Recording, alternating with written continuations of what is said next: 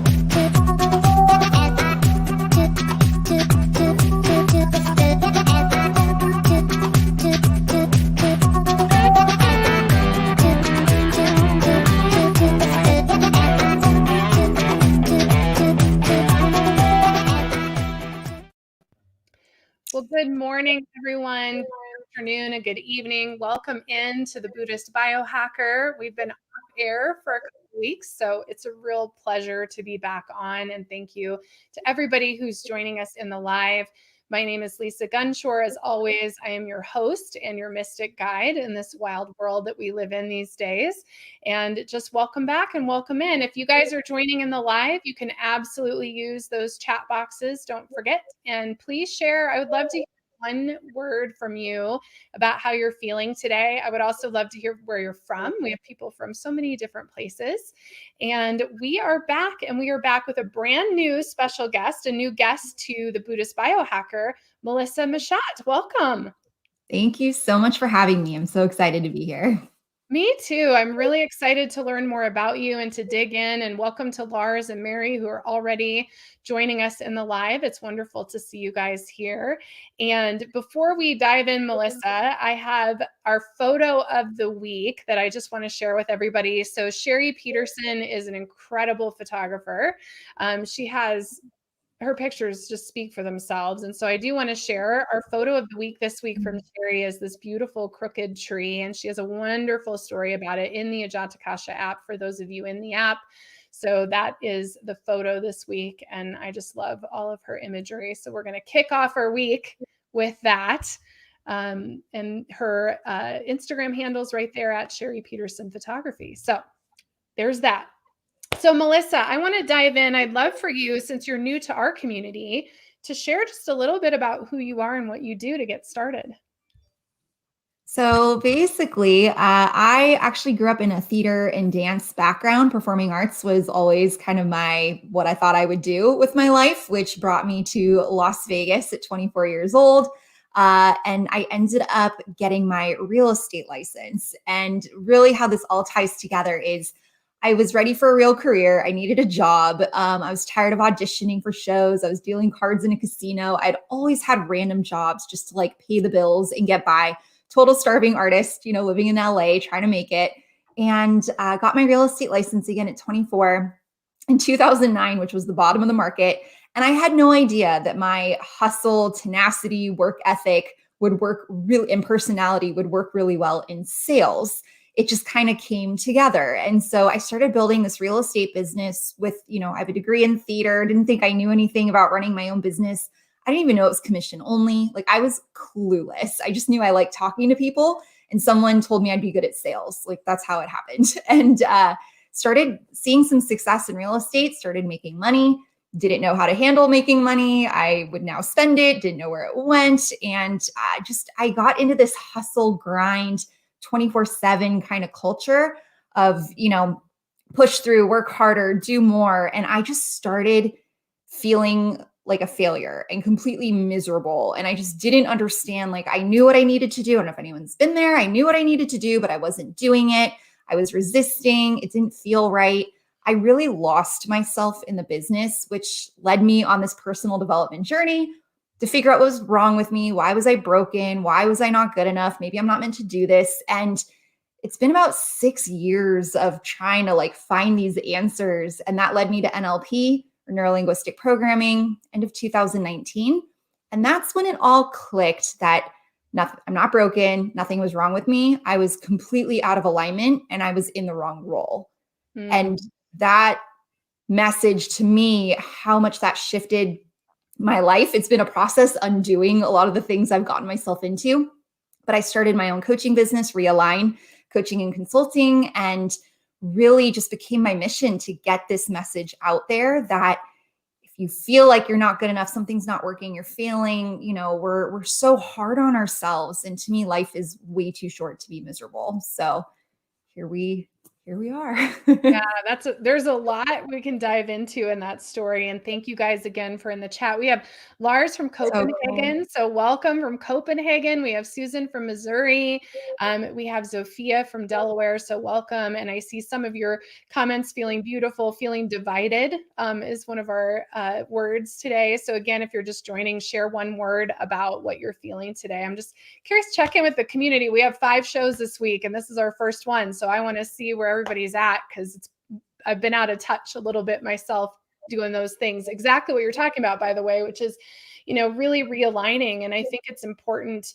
There's an awakening process, don't you think, Melissa, to recognizing that what you're doing is not actually in alignment with your authentic self or with your flow or your mission. So what was that moment like for you? It's so funny you ask that because I want to say 2014. I joke sometimes it takes me a long time to get the message. Like they come through. I'm just not either ready or not listening, or it takes me a while to get it. So 2014 is when I remember just kind of being stuck, trapped, miserable, didn't know what to do.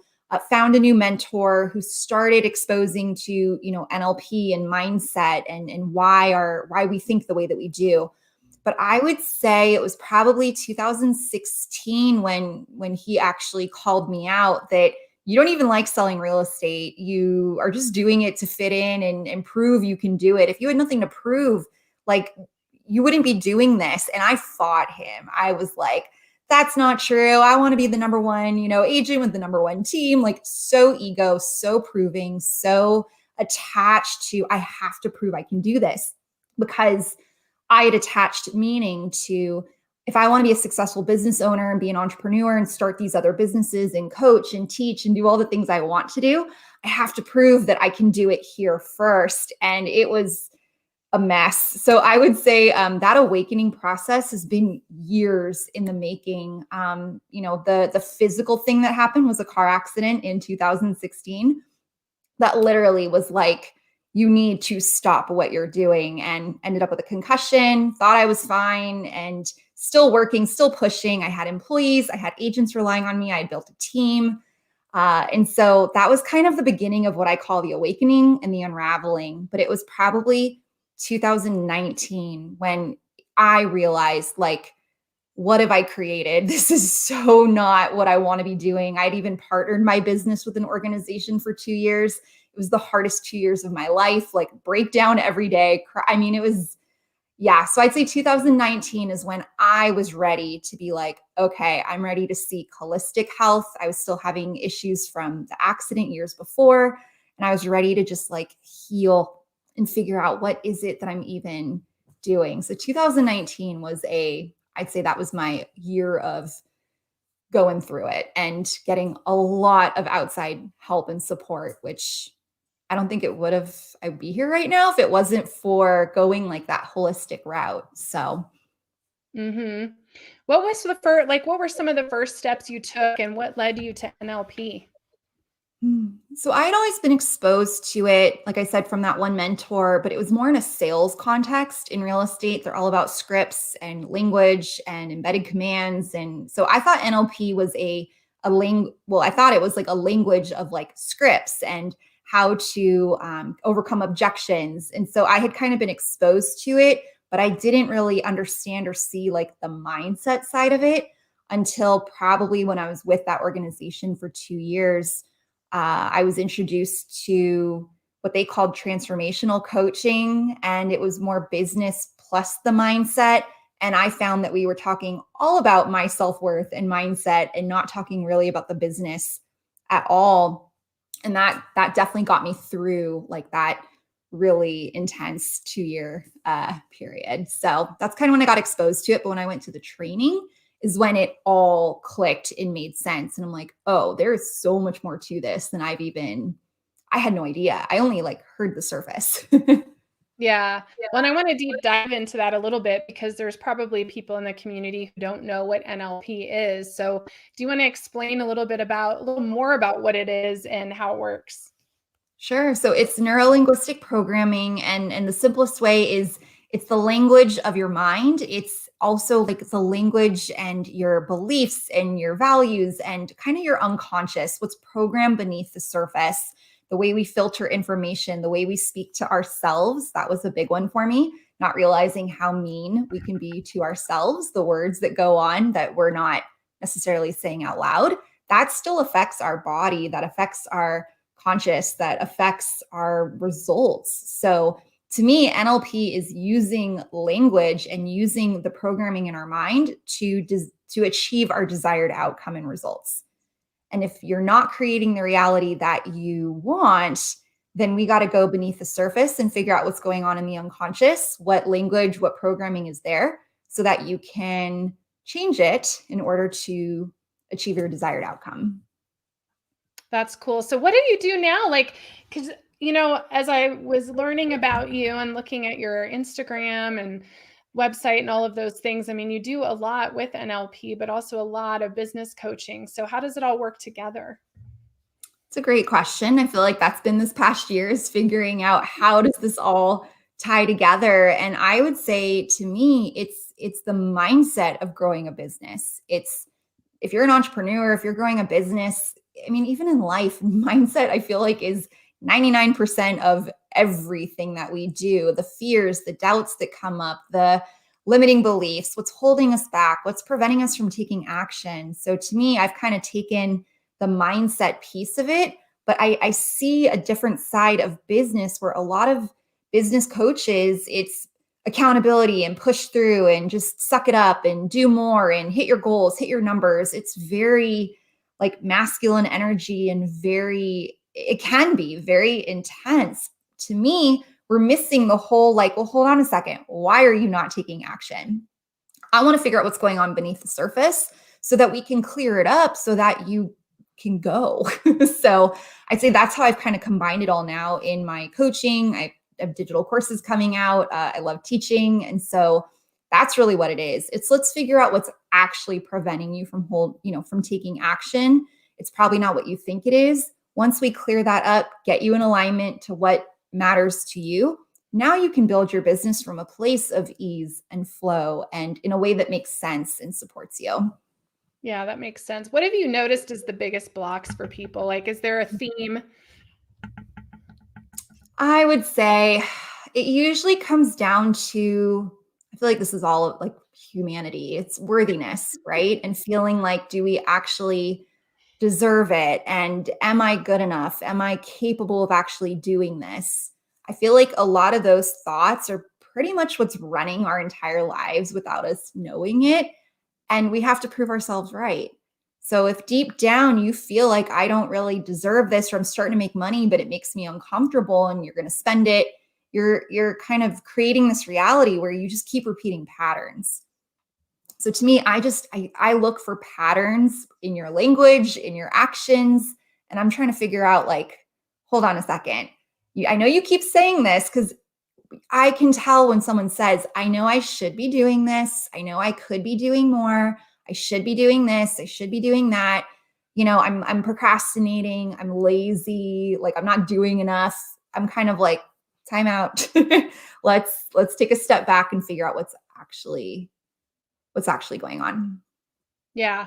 Well, and I'm glad you bring that up because that's a huge in our community right now. It's been a huge hot topic is exactly that. It's value, what's our worth, what are these lack programs that are going on? What are some of the steps that you suggest to people to take to start unraveling it? Because we all do it. We all do it. Me too. It's like we spin in these patterns and it's difficult to pull yourself out of them. Yes. So I would say I have my favorite 4 questions that I kind of turn to, whether I'm overwhelmed, whether I'm starting to get triggered or I'm reacting a certain way. And it's taking a moment to actually pause and self-reflect and slow down long enough that the answers can appear. Because sometimes we get into like, why is this happening? Why do I feel this way? It's too much. I'm just too much going on. And like we shut down, but we're not actually like checking in with ourselves. So Mhm. my favorite 4 questions. The first one is, what's causing me to feel this way? And I find it really fascinating because if you actually ask it out loud, sometimes an answer will pop up from your unconscious that you're like, where'd that come from? So Mhm. what is causing me to feel this way? Number 2 is, what outcome am I avoiding? This works for procrastination too, as well. What outcome am I avoiding? Some people, it is a fear of, oh my gosh, if this works, like I'm going to get so busy, I can't handle it. Or I'm going to lose my freedom again. Or if it's a health thing, like this works on everything. And then number 3 is where you actually need to start training your brain to focus on the positive, what you do want, because we're hardwired to focus on what we don't want. So number 3 is, what do you actually want? Like dig into it. Why? Like why do you want to build this business? Like what is it why do you want to be healthy? Why do you want to exercise, right? Like actually what do you want? And then number 4 is, what is the first step to make that happen? Even if it's really small, just break it down, bite-sized pieces. And it's literally taking your brain to focus on what's not working, what's not going your way, what you don't like, what you aren't, what's kind of like just that icky feeling of like stuckness. And it's making you actually take a moment to start focusing on the positive of like, well, hold on a second. What do I actually want? Well, I want this. Okay, well, what's the first step to make that happen? And it kind of gets you back into action again.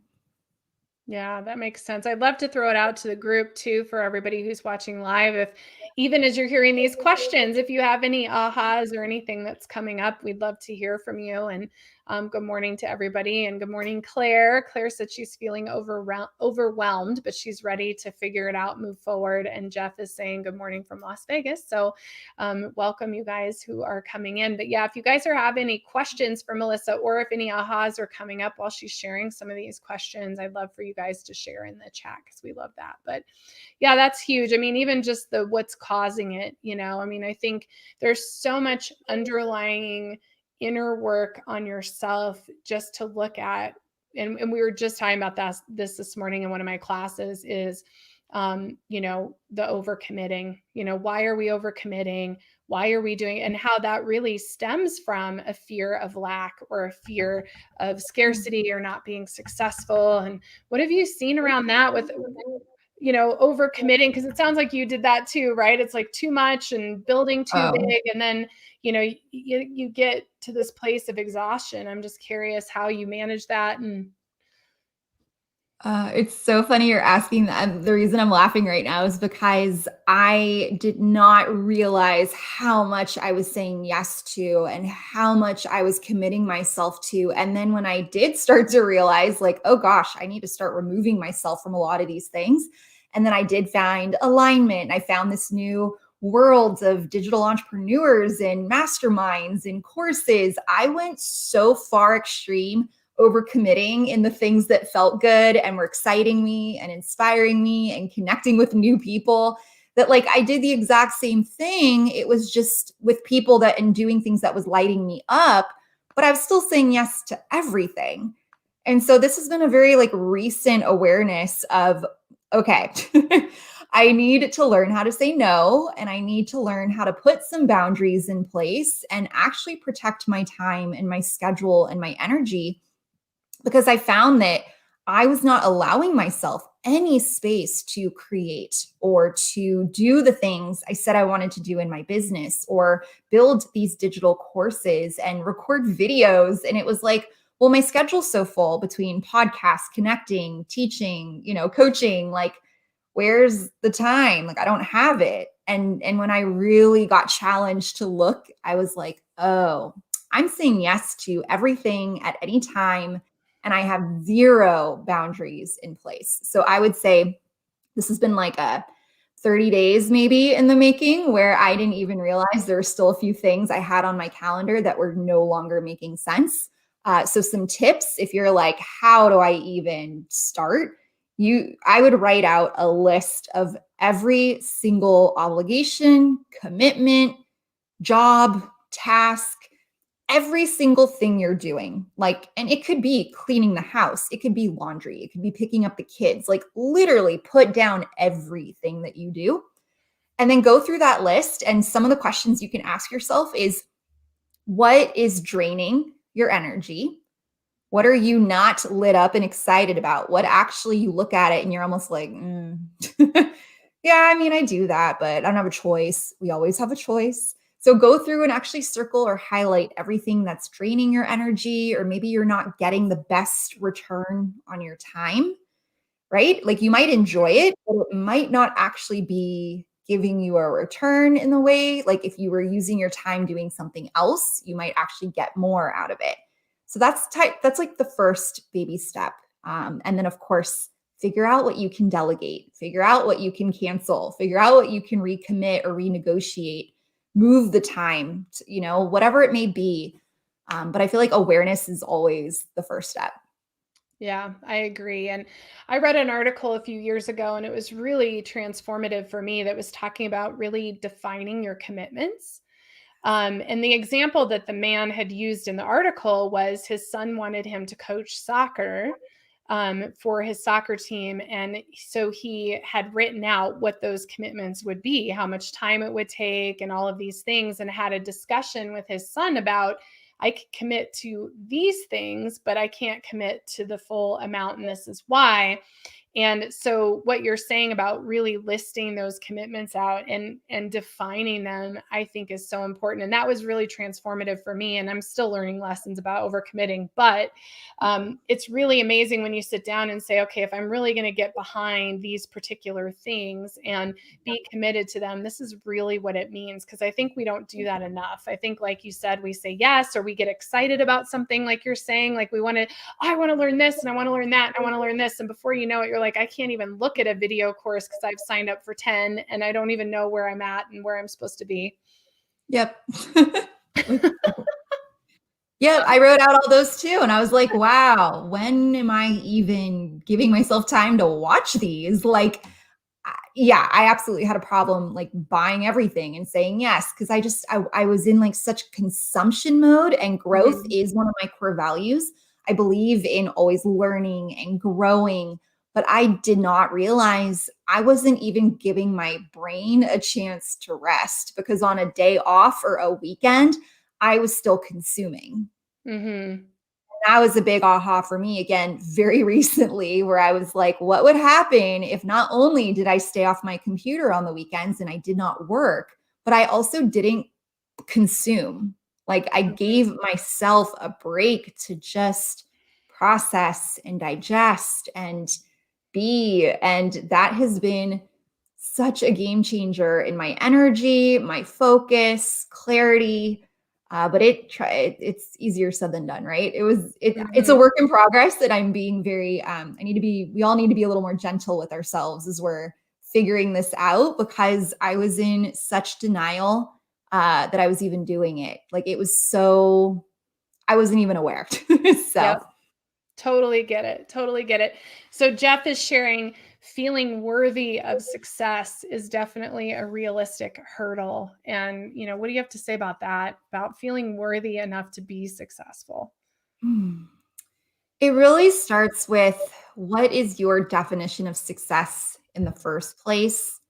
Because I think you asked earlier, what are the patterns, or what are the things that like seem to hold most people back? And what I realized is, it's following society's rules of what it should look like, instead of following your own rules of what you want it to look like. So Mhm. feeling worthy of success, we by human nature can tie our achievements to like our self-worth. Like, well, I'm not successful enough, that means I'm not worthy of this. But again, like, what is your definition of success in the first place? And I think that a lot of it starts there, because it'll feel like we're never going to get there. Or I tied it to income. If I don't see a certain amount of money coming in, that means that I'm not a successful business owner, or I don't know what I'm doing, or this isn't working. And it's like, why is it that money is the only measurement of whether we're worthy or not? So I like, it's taking some time to like dig into that too, of like, and I'm working on that myself. Cause to me, I'm very like, well, if money's not coming in, that means that it ain't working Mhm. or I'm not doing enough, or I need to do more. And I'm learning right now that it's actually that unattachment, getting clear about my vision again of what success even means to me. Why am I Mhm. doing this in the first place? And the money will come when you almost like detach from it. It Yeah. messes with you, but I'm working on that too. Well, no, me too. And to share my own direct experience with you about it too is, I catch myself saying, well, I'm not really making anything, or I'm not really, I don't see any abundance. And then it's like, well, no, wait, actually, I just received a lovely gift that somebody handmade for me. And I received a painting, and I have people who send me their books. And it's like, there really is abundance. It's about what the definition is of abundance. And really being able to be supported. And I think that's a huge paradigm shift for all of us right now as we move into this age of Aquarius. Is it's not about fiat currency. It's really Mhm. about being able to feel vital in your life, and Mhm. how that comes in, and how the exchange works doesn't really matter. It's that there's an energy exchange. And I think that's a big shift in our mindset. Ooh, that gave me chills. Yes, 100%. Like, we are so conditioned and used to tying, like I said, tying that self-worth to our achievement, to money, to income. And it's really interesting because, like you said, like abundance is everywhere. Things are flowing, and we open to receive it, or are Mhm. we blocking it? And with money, that's a huge one, especially with like, healers and people who have a gift to help. And it's like, oh, well, money, I don't, it's almost like there's a negative belief associated with money and earning money. And so Mhm. they don't realize they're actually putting up a block from receiving. Yeah. So I love that you started to see like, well, hold on a second. If I'm starting to get these presents and gifts, and like, we have to celebrate it and show that like abundance really is everywhere. But I love how you said that. Like, but what is abundance to you? Is it Mhm. only like money coming in? But if someone like bought you lunch, is that not a money coming to you because it didn't come out of your pocket? So I actually do train my team all the time of like, oh, I'm broke or I can't afford it. I'm like, you just won this, or you just earned this, or I just took you to lunch. Don't you see that's abundance? Like I gave you a gift and you need to be open to receive it too. Mhm. Yeah, and it goes back to, like, retraining your brain, and I definitely have, man, that's been up for me this past week of like, wow, I'm really consistently stating I don't have X, rather than stating I've actually received that back. Attitude practice and all of those basic things that we've been taught, but then we forget them, because you are busy and you do all this work and different things, and then you're like, oh, I forgot, like, I need to be grateful. It's not even need, I want to be grateful, and I want to acknowledge that receiving. And um Claire is saying, I'm definitely overcommitting. I'm in a transition phase of moving towards what I want, but need to continue with what I'm doing for income, and also can't put off the opportunities to move forward. And man, is that a tricky place to be in when you're making a transition, and yet you're still trying to do old things and new things. And what do you think about all that? So I've definitely been there many times, and I've learned a lot of lessons in that, and I'd love to share. So I'd say the first one is setting a deadline, setting a goal. How long are you willing to do both? And having clarity around, like, I understand you don't want to cut off your income, right? You want to be responsible, completely value and appreciate that. And I would also be clear, how much money do you actually need saved to have a safety net? Is it 3 months? Is it 6 months? Like, what do you actually need in order to like make that jump? Like, what does that look like? Have you defined it? Because I find that if you aren't clear on that, you're going to be stuck there forever, just because you're never going to be ready, by the way. Like, you'll never feel ready. It's never going to be ready. But to me, it's about making a decision. And that's when you decide, like, the pain of what you're doing at some point. I don't know if you want to wait this long, but the pain of what you're doing that's not in alignment with who you are will at some point get so great that it's almost like, I don't even care anymore. I'm going all in, because like, I can't do this anymore. So everybody's different. Their threshold is different. I did this quitting the casino and going full time into real estate. I thought I needed 3 months saved and I needed all these deals pending. And I reached a point where I was like, well, I'm not there yet. And if I don't jump now, I will literally be stuck for another 6 months. And I can't, like, think ahead. In 6 months, if I'm still where I'm at, am I going to be okay with that? Mhm. And for me, the answer was like, no. And it's scary. And I'm not saying you want to like put yourself in jeopardy by any means. But to me, having kind of a clear vision of what that looks like, or at least a plan, so you know how long you're doing this for. But I have to say, I also stepped out of selling real estate in this year, like January. And I'd been talking about wanting to, stop selling real estate. I still lead and run my team, but me physically stop selling. And what I learned is that the only difference between January 1st and the past 5 years I've been talking about this is I actually made a decision and I started saying no to clients and giving them to my team. Like, that's the only thing that changed. We weren't ready. We didn't have business in a certain place. And when I look back, I'm like, wow, how long did I torture myself because I didn't just make a decision and trust Mhm. myself to go for it. Oh my gosh, Melissa, you're like sparking all sorts of things inside of me because I was in fashion for 21 years. I don't know how many people know that. And so I, worked with clients as a psychic medium on the side and I would like go full-time mediumship and then I'd go back to retail and I was back and forth and back and forth. And then I just stayed in retail for a long time. And, I really did get to that point that you're talking about, that threshold where it's like who I was, what I believe, my life experiences were so out of alignment with the Mm. fashion industry for sure. Yeah. No matter how much I love fashion, I still do, but like it was so out of alignment with the industry and where it was headed and what was happening. It was like there was no way. It was like so painful just to go to the stores every day and even to see the suffering of my team that was like not aligned. It's like you could just see the pain of everybody like, "Oh, none of this feels good."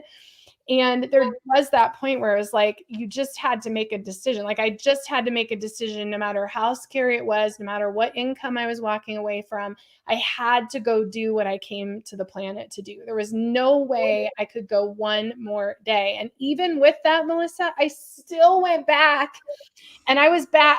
I went full time spiritual work for like a year. And then there was an opportunity that came up that I thought would be in alignment. It was a very eco focused company. Mm. So I thought, oh, well, this is in alignment with mission and earth and all these things.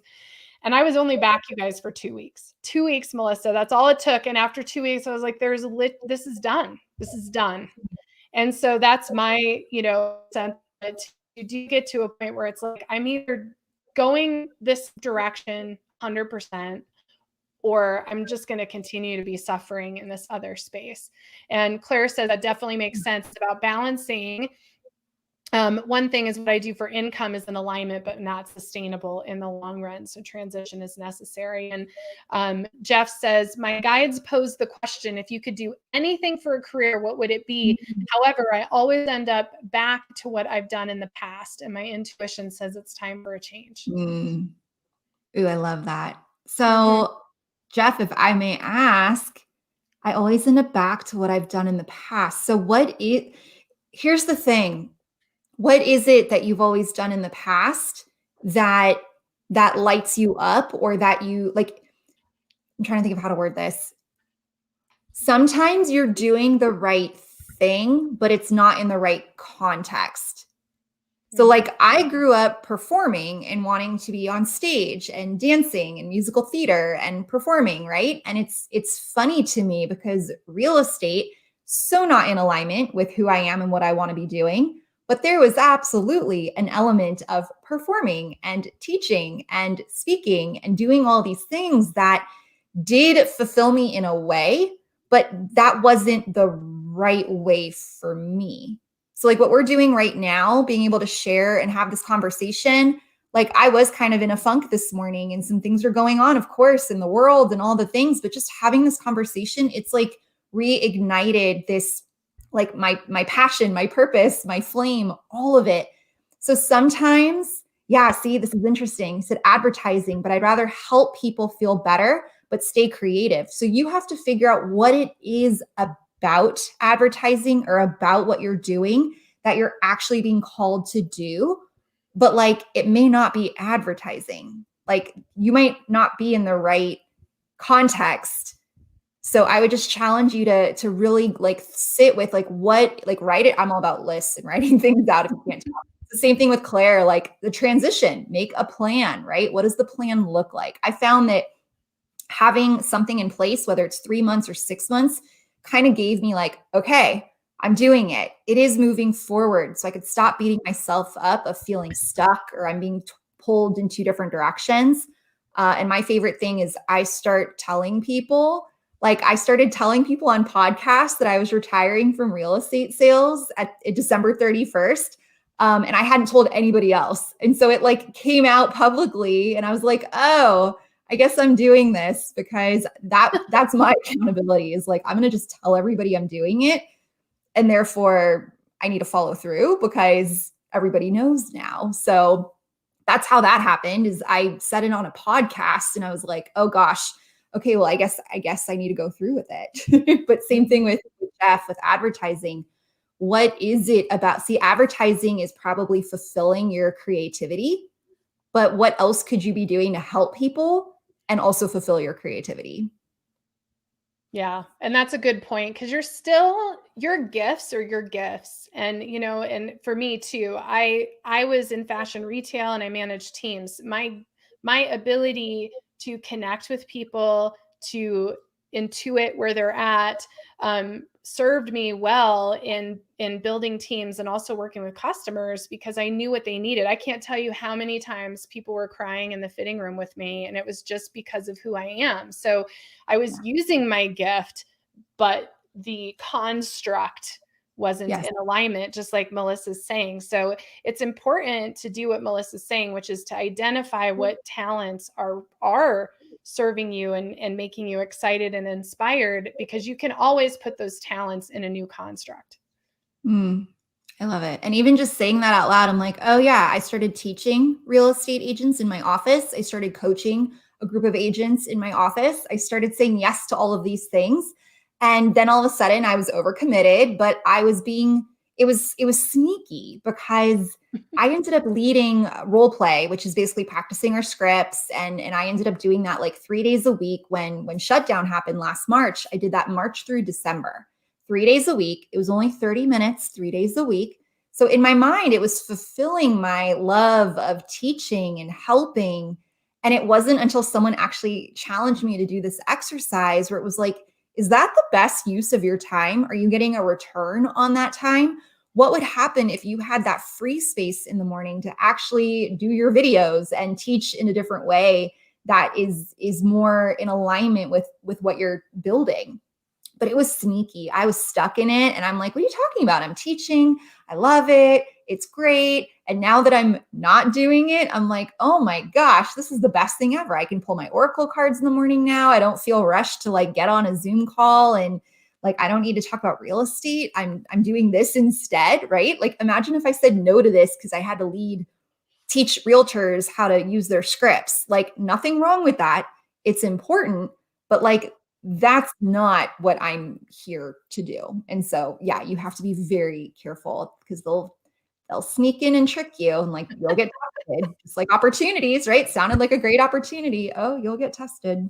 Yes, yes, you will. Now, you had an article written, I think, about you that was about staying true to your values. And it's my opinion that it's often difficult to even identify your values. And so I want you to share a little bit about that, a little bit about what that means to you to stay true to your values and how you can help support people in identifying what they actually value in the first place.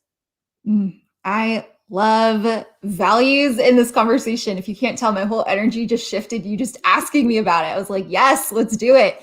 So what I learned actually through NLP master practitioner training is that values are like our deepest unconscious programming. And a lot of people think it's a conscious, like, what are my values for my business? Like, what do I want them to be? Values are who you are. It's what you naturally do with your time. It is naturally what excites you and lights you up. And there's actually a book I read that started a little bit of this awakening called The Values Factor. I think it's Dr. John DeMartini, The Values Factor, and it gives you exercises. His whole point is that there are things you naturally do that nobody needs to twist your arm. So for some people, that is exercise. That's not mine. But like for some people, they are like religious about working out and exercise. They don't need accountability. Like, what do you not need accountability for in your life? It could be shopping. It could be playing video games. It could be reading. Like, start paying attention to what you like love doing, what's important to you, because that's actually your values dictate what you take action on and what you don't. And so there is an exercise that you can do to figure out your values like at an unconscious level. And it really is asking like, what's important to you about the context of your career? What's important to you about family? What's important to you about your health? And it's not things you want, like it's things that you already have. So my thing with values is that if they're not being met or if they're being violated, you'll leave.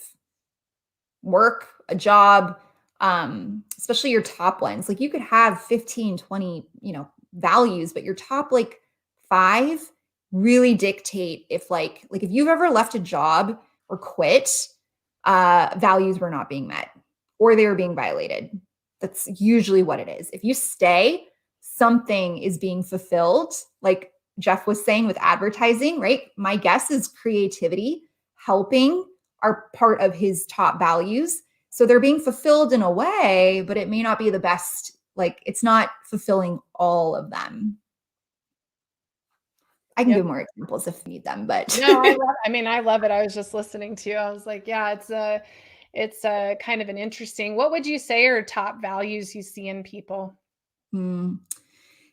Everybody's really different. And so it depends on what's important to you. So I would say entrepreneurs usually have freedom as a very high value because I'll put it this way, not everybody values freedom. There are a lot of people in the world who do have jobs who value stability and they value security and they value routine and they value like having safety.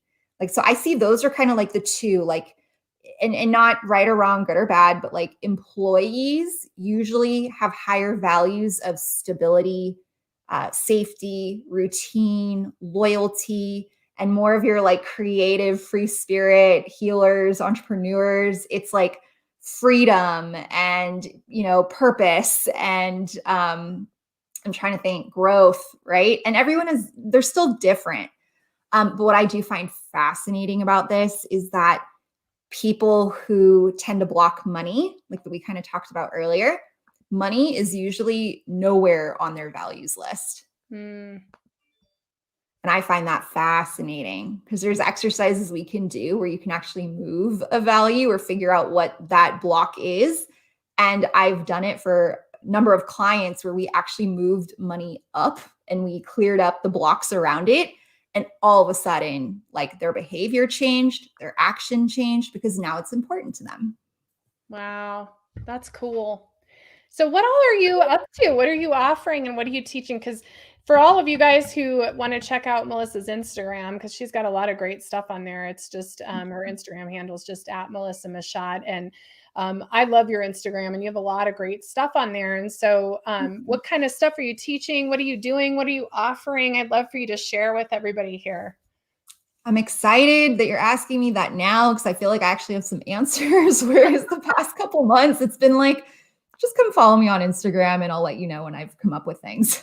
So I'd say right now, the big thing happening is I'm building these digital courses that are about building a foundation in your business. It's the mindset behind it. It's sales skills and what that looks like. A lot of us fall into entrepreneurship and okay, you're your own boss, but you don't realize you need to sell things and you need to, work on your mindset and your belief and your money blocks and all of that. So I'm building it's probably in the next 45 days, I'm going to say. I want to say 30, but let's say 45, where it's kind of foundations of building a business.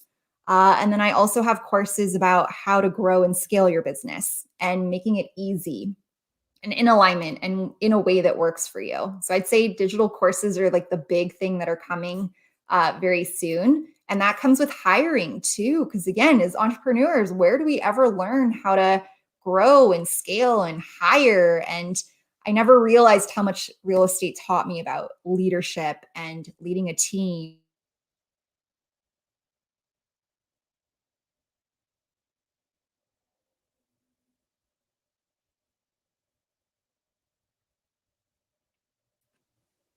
Oop, you still there?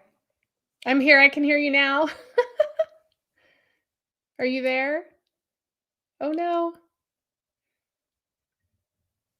We might have lost Melissa. Oh, she's back. There we are. Okay. There you are. There we are. So yeah, I feel like everything I offer right now really is teaching the mindset of building a business, regardless of where you're at in your business. I do offer one-on-one, some group stuff's coming. So I would say if any of this resonates or you have more questions, come find me on Instagram, DM me. I'd love to share and talk more and keep you posted. So That's so awesome. And then I want you to share, we have a link coming across the screen with your quiz. So what's your quiz about?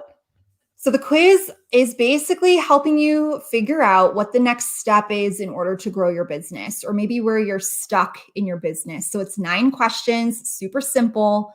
If they don't resonate with you, that means that you're either in a place where you're not necessarily stuck. Maybe you are in alignment or you've grown and kind of figured things out, which is amazing. But I find that where people get stuck, it's either mindset, we're getting in our own way. It's sales, not understanding sales skills and conversations. It's leadership, how to lead others. That's a whole other skill set we don't realize we need to learn, especially when you start growing a team. And then hiring and like it's time for leverage. It's time to hire, but you're so overwhelmed and drowning. You're like, well, what am I supposed to even do? So I feel like those really are the 4 foundations of like everything I teach is mindset, sales, leadership, and hiring. So I love it. I love it so much. Well, I just really appreciate you coming on the show. I think you have so much to share, and I'm so glad to be able to share you with the community. thank you again for like if you can't tell, this is exactly what I love so much about these conversations, and I'm just so grateful. Oh, well, I'm excited and hopefully you'll come back, and I feel like there's more for us to talk about for sure. And thank you to everybody who's been a part of the audience today and for sharing. I really appreciate it. I want to remind everybody that we do have our own social media app where we have a forum for Buddhist biohackers. So if you want to keep this conversation going, please go to your App Store or your Google Play Store and download ajatakasa. It is ajatakasa. It means infinite and boundless space in Sanskrit. And that is exactly what it is. It's really beautiful. And you can join the Buddhist Biohacker group and we can continue this conversation in there. And just a reminder, we'll be back tomorrow with Mary. She is one of our Diamond Beauties this month. So Mary Lydia Ryan's an incredible pianist and composer and sound healer and just all those great things. And thank you so much, Melissa, for being on today. This has been really, really great. Thank you. And I'm happy to come back anytime. Yes, please. Oh my gosh. We'll definitely talk for sure. And thank you to everybody who's watching and have a fabulous Tuesday.